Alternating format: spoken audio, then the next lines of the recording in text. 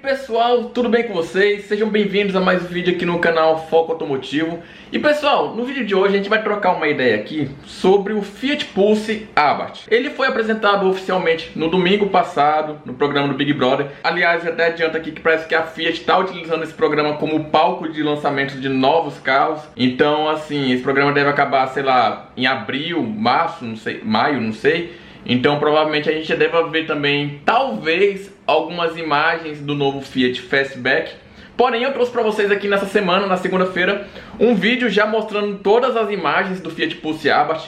Consegui mostrar para vocês ali o que poderia mudar a respeito desse carro com relação ao Fiat Pulse tradicional. E também a gente conversou mais ou menos ali sobre a faixa de preço que ele deve chegar localizado aqui pra gente. Se você não assistiu, clica aqui no cardzinho aqui que tá passando no lateral, que eu falei até todos os detalhes do carro, que também falei de maneira até emocionada, porque é a primeira vez que a gente vai ter a divisão esportiva da Fiat localizada oficialmente aqui no Brasil. Então isso é um salto bem interessante, principalmente em termos automobilísticos aqui no nosso país, beleza? Mas tá, pessoal, o Fiat Pulse Abarth foi apresentado. A gente sabe aí então que a Abarth vai chegar oficialmente aqui no nosso país, e também que vai chegar com 3 modelos. O Fiat Pulse, que a gente já sabe que foi apresentado. O Fastback também, que vai chegar com um modelo que eu falo assim, né? A divisão vai vir caracterizada também como Fiat Abarth.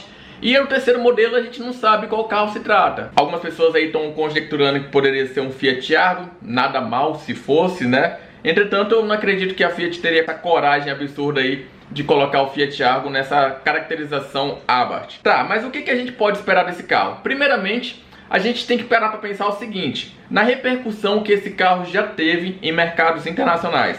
Se vocês acessarem alguns fóruns aí americanos e também europeus, as pessoas estão repercutindo positivamente o Fiat Pulse Abarth e também estão até questionando o motivo desse carro estar sendo vendido somente aqui na América Latina e por que não vai ser construído também lá fora. Bom, nesse caso aqui a gente pode fazer um parâmetro basicamente do que aconteceu também com a Volkswagen. A Volkswagen já trouxe pra gente aí o Volkswagen Nivus, que na época era o carro que mais destoava da marca, porque ela não tinha uma identidade visual característica dos modelos que estavam sendo comercializados na época. Era um carro totalmente diferente do que era produzido aqui no Brasil e o que era ofertado aqui pela marca. Então o mercado europeu não tinha um carro parecido, até que foi lançado o Volkswagen Taigo lá fora, que é basicamente um Nivus um pouco mais encorpado, um Nivus melhor construído e um Nivus com motorização melhor, que também tem a versão R-Line do Taigo com motor 1.4 de 150 cavalos. Eu imagino que com essa especulação das pessoas imaginarem que o porquê do Fiat Pulse Abarth não chegar lá nos mercados europeus pode fazer com que o grupo, ou até mesmo a Fiat, lá fora lance um carro parecido também com o Fiat Pulse no conceito Abarth também, para atender também aquele mercado especificamente. É claro que ela vai lançar primeiro aqui, a gente vai ver como o mercado vai reagir, até porque é um carro com características SUV, mas para mim é um carro hatch de conceitos bem mais esportivos. O último carro que a gente teve, um carro esportivo que a gente pode dizer, foi justamente o falecido Renault Sandero RS, que terminou aí com Sandero Finale, alguma coisa do tipo assim.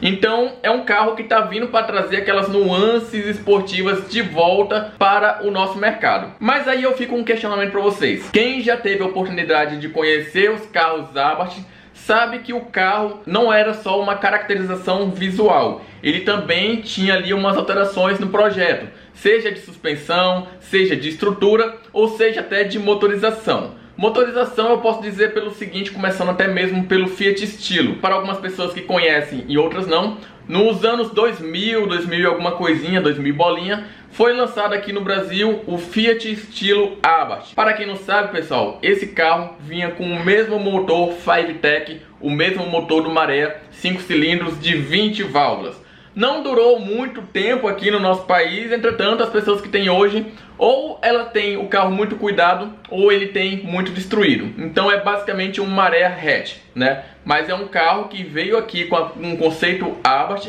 e que também teve uma alteração de motorização extremamente absurda, para um motor de 5 cilindros. Depois, quando foi lançada aqui a era T-Jet da Fiat, que era um motor 1.4 turbo de 154 cavalos aproximadamente, também tivemos o Fiat Abarth europeu, que vinha um Fiat 500 e também tinha um Fiat grande ponto.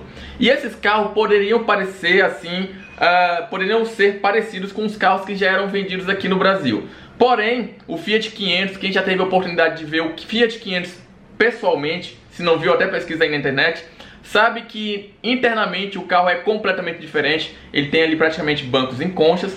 E a motorização dele, embora seja o mesmo motor 1.4 que foi utilizado aqui no Brasil, que no Brasil, na verdade, o motor 1.4 dos T-Jex eram os motores importados da Europa, utilizava uma turbina diferente da turbina que é utilizada aqui. Aqui utiliza a turbina IHI, lá utiliza uma Garrett, que faz um assovio, um barulho extremamente lindo, pessoal. Quem entende, quem conhece essa turbina de perto, quem já teve a oportunidade de ver um Fiat 500 Abarth andando na rua, sabe o tanto que o assovio daquela turbina, sabe o tanto que essa caracterização Abarth no Fiat 500 casou muito bem e sabe, assim, a nostalgia que esse carro traz em tempos atuais. Justamente também porque era um carro já de 160 e poucos cavalos e com câmbio totalmente manual. Então o apelo esportivo estava todo ali já disponível na caracterização Abarth. Tá, e aí eu falo pra vocês, o que a gente pode esperar então do Fiat Pulse? A gente espera um carro com nuances Abarth, porque a gente sabe que no Brasil o carro esportivo não pega bem. E se a gente tá com uma expectativa de receber um carro esportivo em um carro que eu posso dizer pra vocês assim, relativamente de entrada, assim, né? Não que o Pulse seja um carro de entrada, mas é um dos carros mais assim, menos caros da Fiat. A gente entra naquele limbo de novo de parar para pensar o seguinte: poxa, será que esse carro vai chegar aqui completamente esportivo e ele não vai ser vendido e ele não vai durar muito tempo aqui no Brasil e a Abarth vai embora? É uma possibilidade, como também é uma possibilidade da gente não ter a pureza da Abarth totalmente aqui no Brasil, que eu já disse para vocês que é justamente o câmbio manual, é uma das partes que faz parte dessa pureza do escorpião, da Abarth. Então aqui o Pulse ele já vai chegar aqui com o mesmo câmbio que é utilizado no Pulse tradicional, que é o câmbio Aisin de 6 marchas. Beleza. A turbina, né, na verdade a motorização vai mudar, vai saltar para 1.3 turbo, que é o mesmo motor utilizado no Renegade, no Compass e na Toro, de até 185 cavalos. Beleza, estamos falando aqui de uma motorização com cavalaria maior, mas também a gente não tem nenhum aqui informação sobre uma troca de turbina, tal como ocorreu aí nos anos anteriores da era T-Jet. E também, principalmente, sobre o interior, né, pessoal? O interior do Abarth tem umas nuances também bem esportivas. Banco em concha, couro, temos umas visualizações dos painéis totalmente diferentes, o volante com caracterização diferente, costuras diferentes. Então não é só uma caracterização esportiva, não é só uma roupagem esportiva, a Abarth originariamente tem. Aqui no Brasil a gente tem que parar para pensar, para ver se realmente esse carro vai chegar da maneira como ela é pura lá fora, ou se ela vai chegar daquela maneira abrasileirada, só para dizer assim que a gente tem um carro hatch, porém com um carro com uma motorização bem mais apelativa, bem mais esportiva. Como vocês puderam ver no meu vídeo lá que eu postei do Fiat Pulse Abarth quando foi mostrado oficialmente no programa, pelo menos o escape ali a gente viu que teve uma alteração para uma ponteira dupla. Entretanto, a gente não sabe ali de dimensões de escape, a gente não sabe ali como é que é a turbina, como eu falei para vocês, e a gente também não sabe assim se o carro vai ter, né, de acordo com a nova norma justamente de emissões,